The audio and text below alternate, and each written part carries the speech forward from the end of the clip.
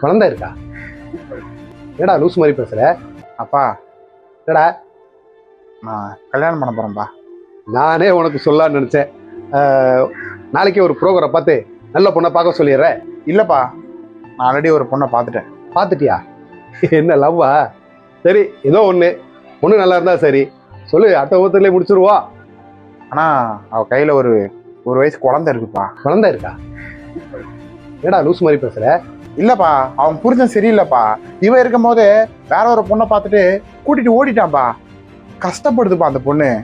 ஏய், கை குழந்தையோட கஷ்டப்படுறதுன்னா ஏதாவது உதவி செய்யும். அதை விட்டுட்டு வாழ்க்கை கொடுக்க போறேங்கிற?